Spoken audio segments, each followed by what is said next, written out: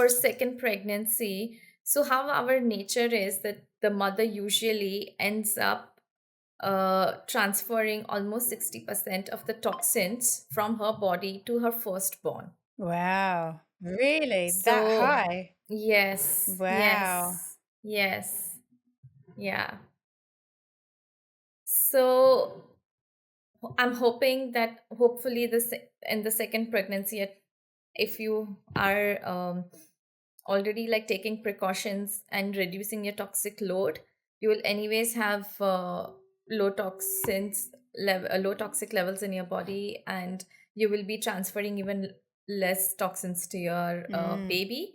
But I would keep the window period of 6 to 8 weeks. Beyond that, I would avoid doing any kind of dental work which would increase the toxicity levels in It's the body. interesting though, if you tell me that stat is that high, and then you're pushed into having certain whooping cough vaccines and things during your pregnancy, and they say, you know, Yeah. there is going to be no impact on your child. How can they say that when, a statistic of you pass over the amount of potentially up to 60% of your toxins to your child?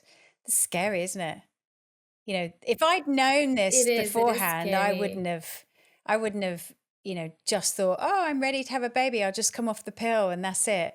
You don't even think about whether your body's ready to have a child. And if you'd have had all of the testing that we all know about now, you'd be like, I'd be ready. I'd be ready to do all the testing and spend £1,000 to understand what is wrong with me before I actually conceive. But, I didn't know that that was even a thing. And this is why these podcasts are so important, to put this information out there, just so that we can share what is feasible and possible, and what you should consider before even thinking about having a child in such a, toxic environment that we work in, live in, and, we are breathing in specific air, as well as the food that we're eating, because it's toxins are everywhere. We're in such a toxic environment now than we ever were even 10, 20, 30 years ago. Just keep going back, the levels of toxins have just increased year over year. So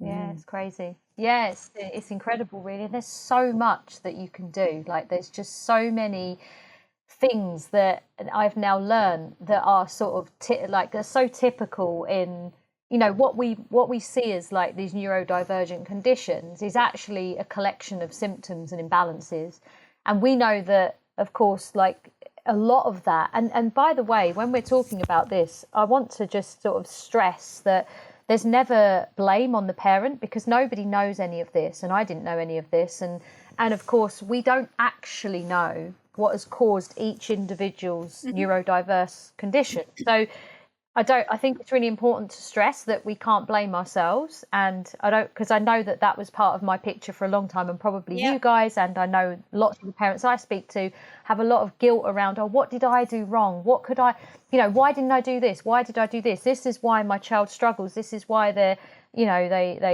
are struggling to function. And I just want to put it out there that it doesn't matter what you did, because in the past, because we can never pinpoint exactly what caused that condition, but what we do know is that we can prepare ourselves and get our body in a really healthy state, so that then we are going into this knowing that we are providing that nest in the best, that best sort of healthy nest for that developing child, and and then hopefully the outcomes are healthy.